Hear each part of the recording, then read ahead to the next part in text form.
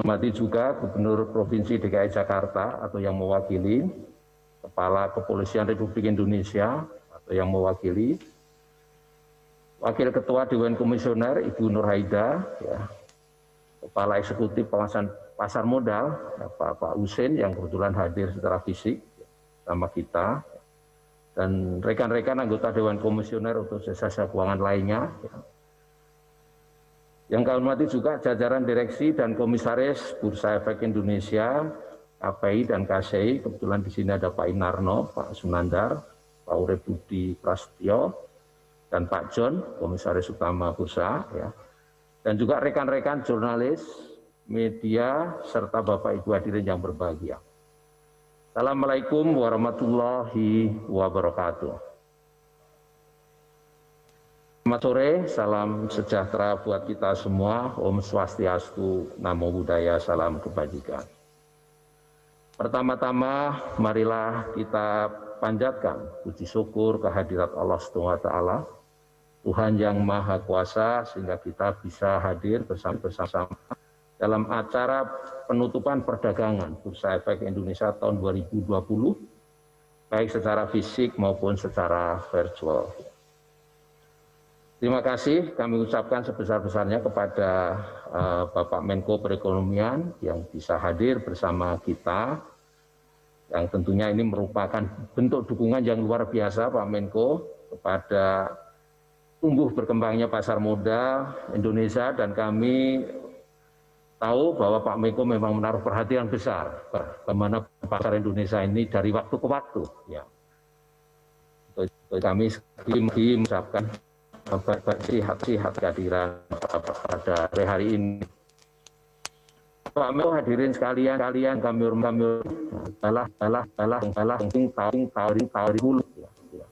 ini adalah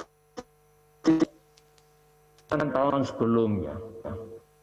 Nah, kita punya tamu yang nggak diundang, namanya Master COVID-19. Ya.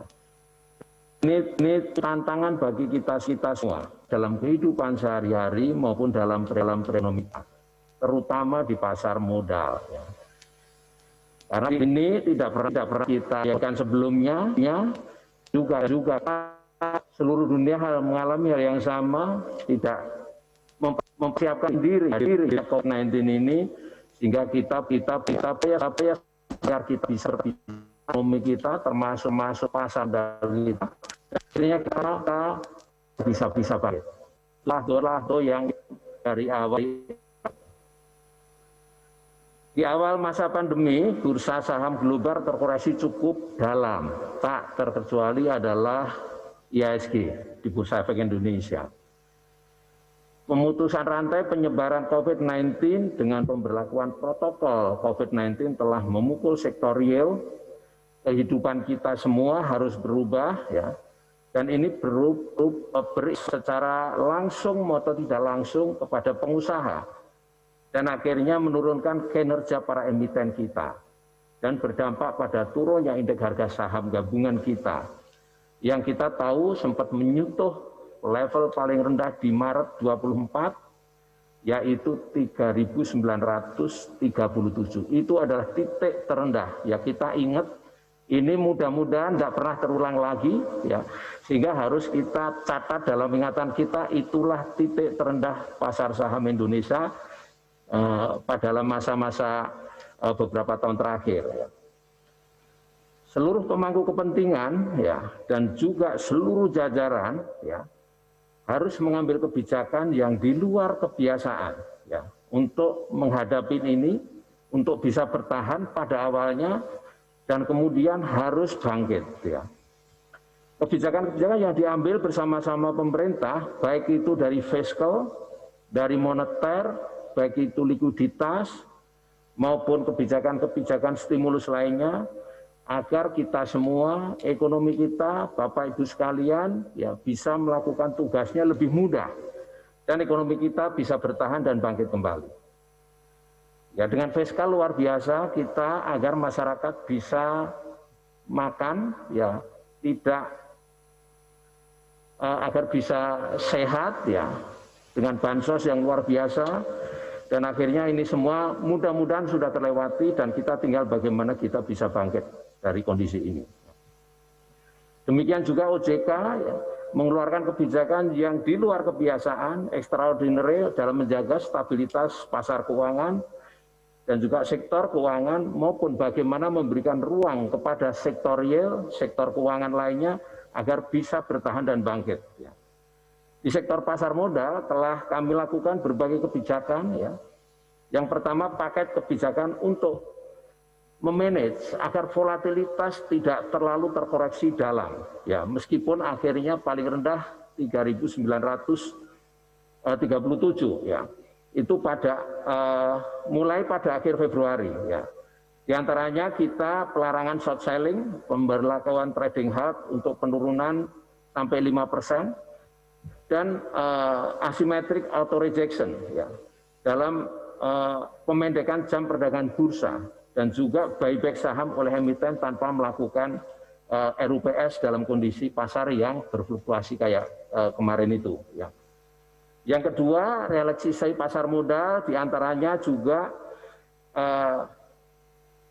membolehkan ya transaksi-transaksi aktivitas bisnis dilakukan secara elektronik. Ya.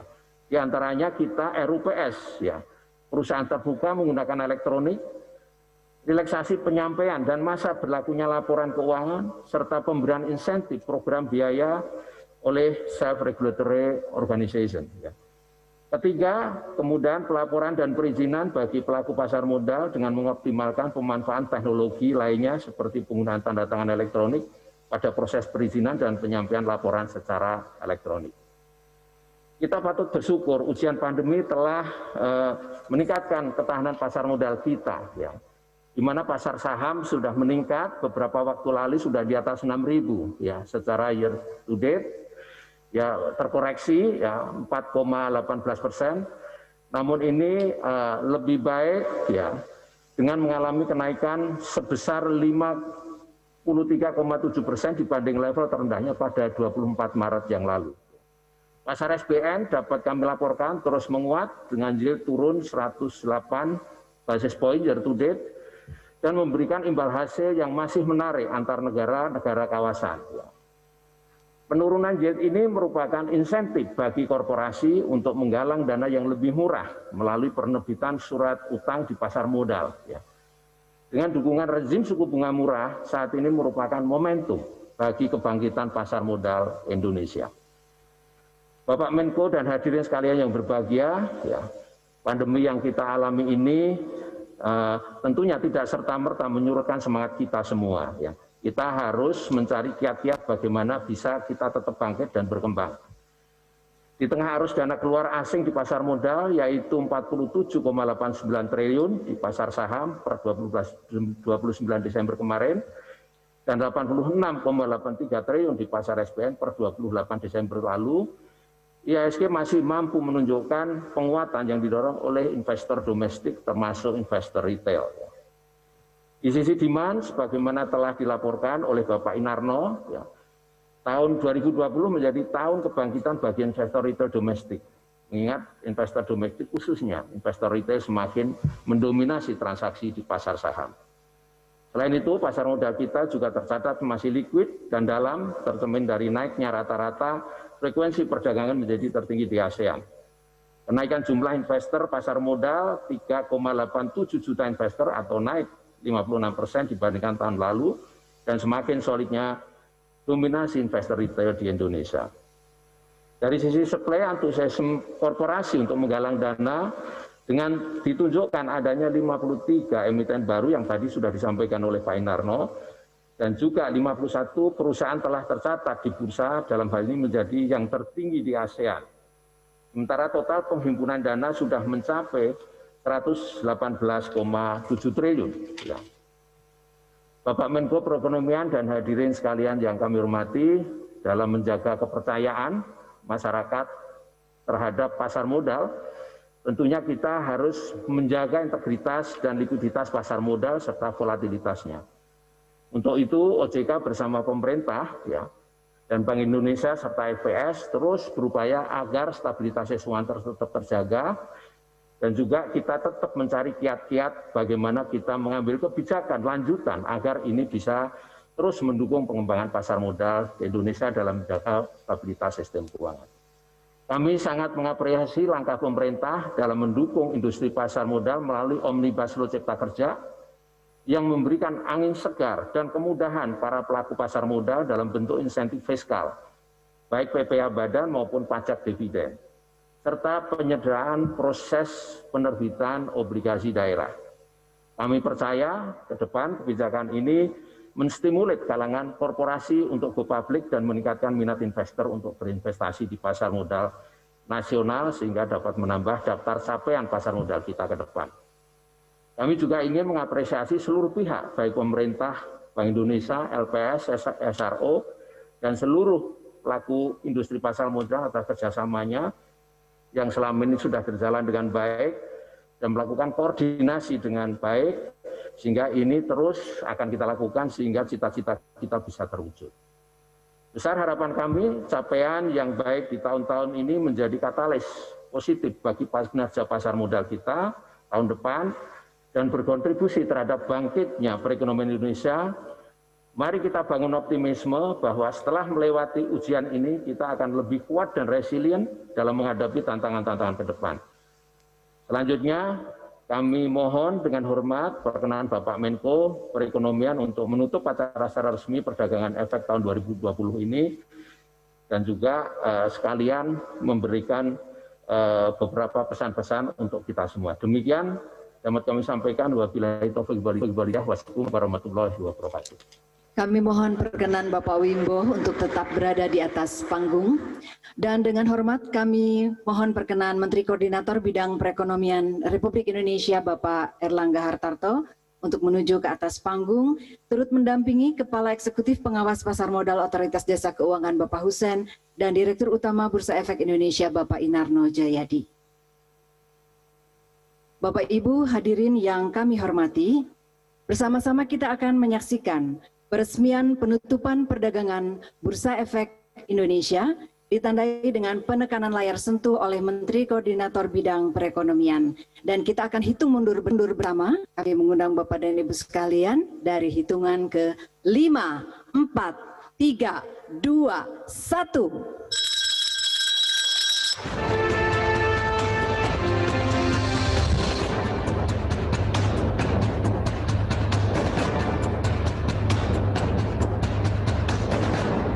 Ya hadirin, dengan terdengarnya bel tadi, maka resmilah penutupan perdagangan Bursa Efek Indonesia tahun 2020. Dan marilah kita berikan tepuk tangan yang meriah. Selanjutnya kami mohon perkenan Menteri Koordinator Bidang Perekonomian Republik Indonesia untuk melakukan penandatanganan sertifikat penutupan perdagangan Bursa Efek Indonesia tahun 2020.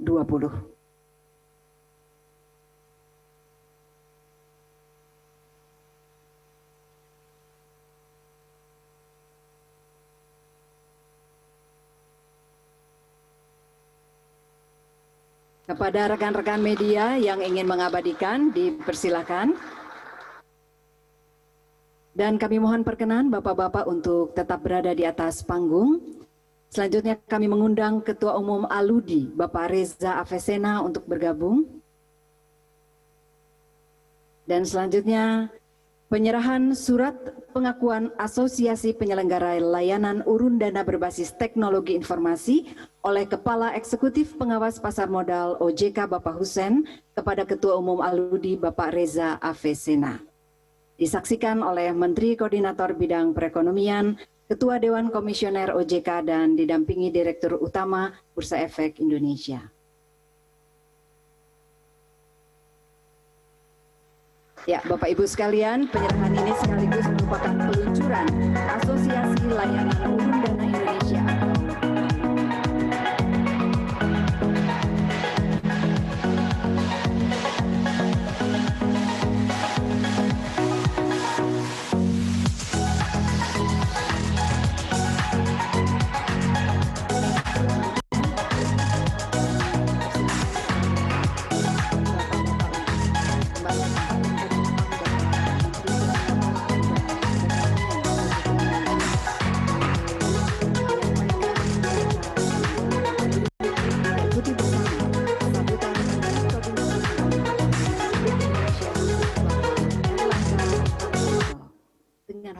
kami silakan.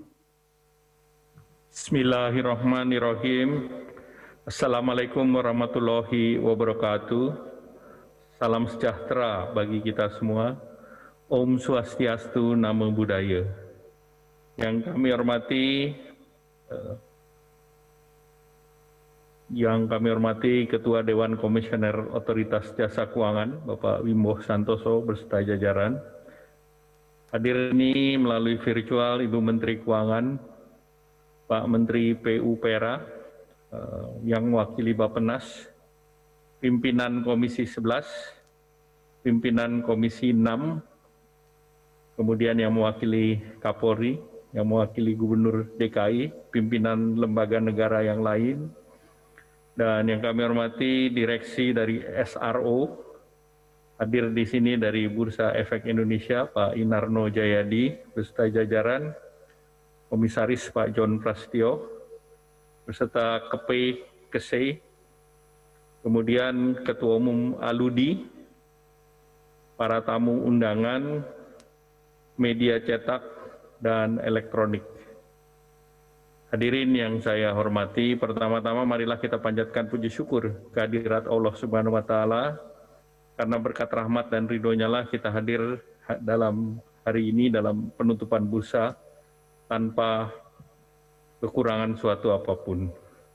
Di kesempatan berbahagia ini saya mengucapkan selamat atas pembentukan Asosiasi Layanan Urun Dana Indonesia. Mungkin urun dana ini kata-kata baru yang bahasa jelasnya adalah crowdfunding. Jadi ini diharapkan bisa dengan misinya untuk membantu pertumbuhan UMKM dan kesejahteraan sosial. Selanjutnya saya ditugasi Bapak Presiden untuk menyampaikan pidato yang menjelaskan mengenai perkembangan ekonomi dan pasar modal di tahun 2020. Bapak Ibu yang kami hormati, kita tahu bahwa pandemi COVID mempunyai dampak terhadap kesehatan maupun perekonomian, di mana di sektor kesehatan tingkat kesembuhan kita sudah 81%, ini lebih tinggi dari global, dan confirm fatality rate sekitar 3%. Nah ini tentunya kita berharap bahwa kegiatan terhadap kesehatan ini akan diperbaiki dengan adanya kegiatan vaksinasi massal kepada seluruh masyarakat Indonesia sesuai ajaran Bapak Presiden. Ini akan dimulai di tahun 2021. Di sektor ekonomi, tidak hanya kita tetapi berbagai negara mengalami hal yang sama. Aliran modal kita lihat di triwulan pertama sempat keluar sampai tentu Maret hingga April itu membuat ekonomi kita mendapatkan persoalan kontraksi di kuartal kedua tahun 2020 ini.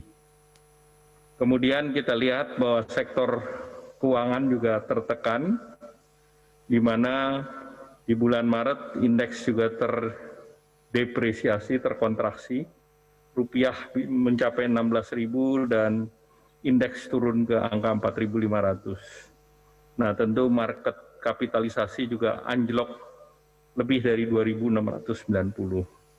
Nah kemudian kita melihat bahwa di akhir tahun ini alhamdulillah situasi sudah mulai berbalik dan dalam penutupan mendekati 6.000 walaupun kemarin sudah masuk 6.000. Artinya pre-COVID dan post-COVID itu sudah kelihatan berbeda dengan krisis yang lain, di mana krisis tahun 98 itu makan waktu lebih dari 2 tahun, dan terkait dengan kasus di 2008 juga lebih dari 1 tahun. Sehingga tentu ini memberikan optimisme. Tadi sudah disampaikan baik oleh Dirut Bursa Efek maupun Pak Ketua OJK bahwa IPO kita sebanyak 48, emiten baru 53, dan yang tercatat 51. Dari segi jumlah perusahaan lebih tinggi, termasuk capaian tinggi di kawasan ASEAN. Tantangannya tentu nilai IPO-nya yang 5,28 triliun yang masih harus ditingkatkan. Kemudian tentu kita melihat bahwa transaksi investor Retail sudah meningkat, tadi disampaikan oleh Pak Dirut, naik 4 kali. Ini capaian yang luar biasa di tengah situasi pandemik. Kepercayaan retail terhadap pasar modal luar biasa. Ini merupakan modal kita untuk pengembangan pasar ke depan. Demikian pula kita lihat dari setelah kita mengalami net outflow di bulan Maret yang cukup besar, namun di bulan Oktober itu mulai ada net inflow 1,2 miliar dan November 1,3 miliar. Ini mendorong juga kepercayaan internasional terhadap perekonomian nasional yang cukup baik. Kita lihat nilai tukar rupiah kita juga relatif lebih bagus dibandingkan negara lain seperti India, Brasil, Turki, ataupun Afrika Selatan. Kemudian pemerintah mendorong beberapa reform yang termasuk disebut sebagai game changer, yaitu dengan diberlakukannya Undang-Undang Cipta Kerja, Undang-Undang Nomor 2 Tahun 2020. Tadi disampaikan Pak OJK, beberapa bahan di sektor pajak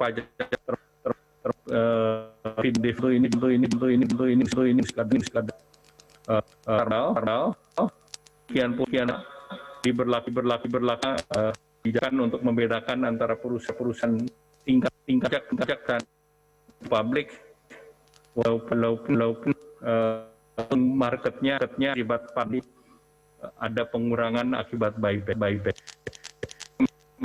Pemerintah melihat bahasanya ini adalah dukung menjadi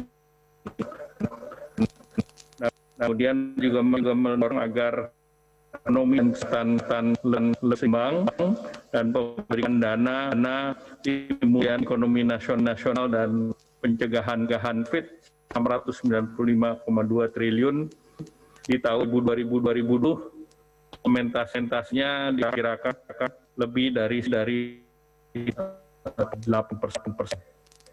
Secara khusus sebagai turunan dari Undang-Undang Cipta Kerja, 1 PP telah diterbitkan, yaitu PP dengan software lembaga investasi yang ditandatangani Pak Presiden 4 Desember. Di mana ini kita sebut Indonesia Investment yang ditetapkan oleh pemerintah itu modal 15 triliun dalam bentuk naik dan modal yang akan diisi jumlah 70 dukungan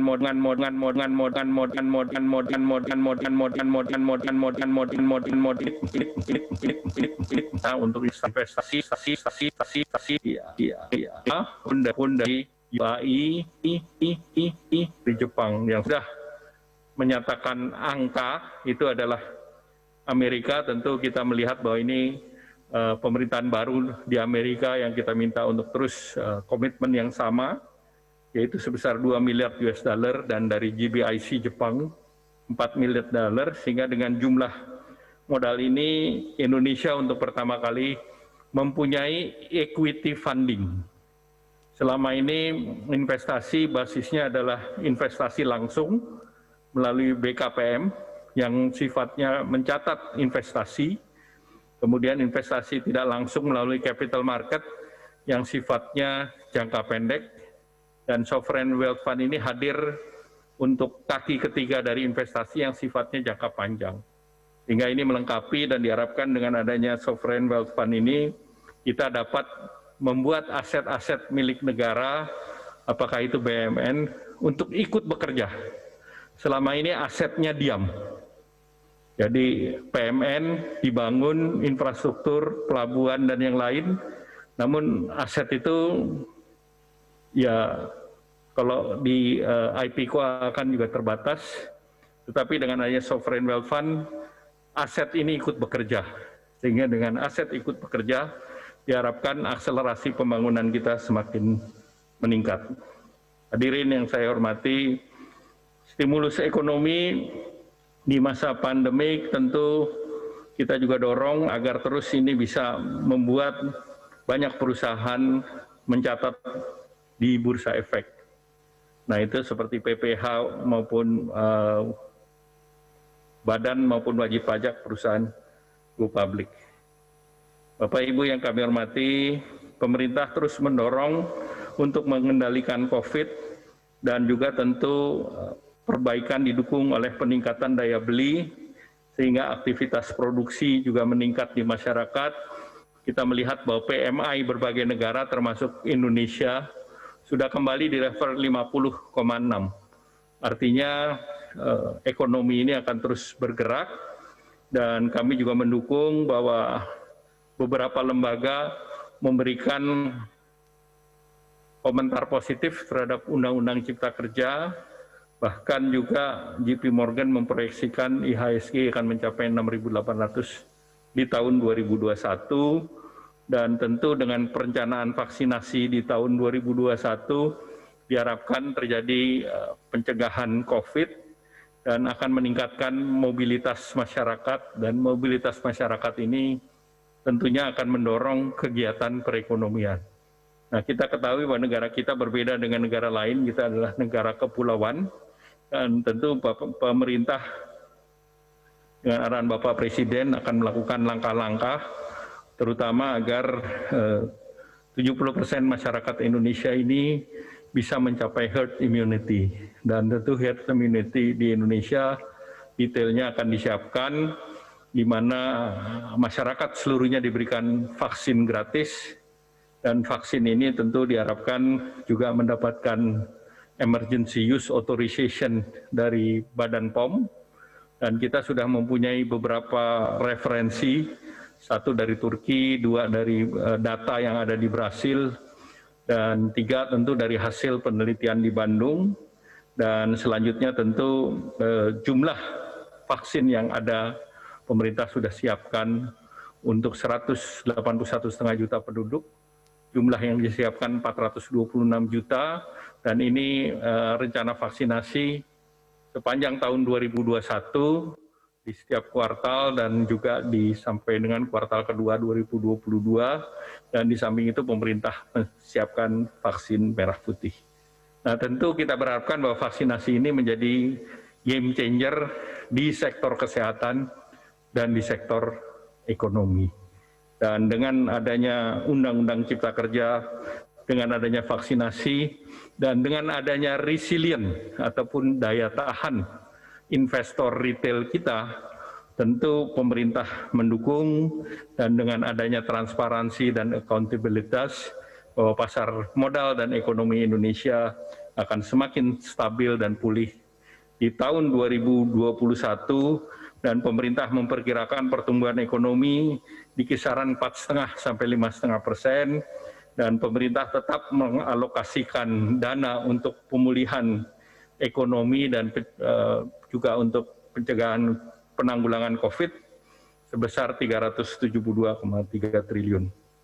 Oleh karena itu kami berharap bahwa kita semua bisa semangat untuk melawan pandemi COVID sehingga pandemi ini bisa kita lalui bersama-sama dan kita bisa mendorong pemulihan perekonomian nasional. Demikian, terima kasih. Wabillahi taufiq wal hidayah. Wassalamualaikum warahmatullahi wabarakatuh.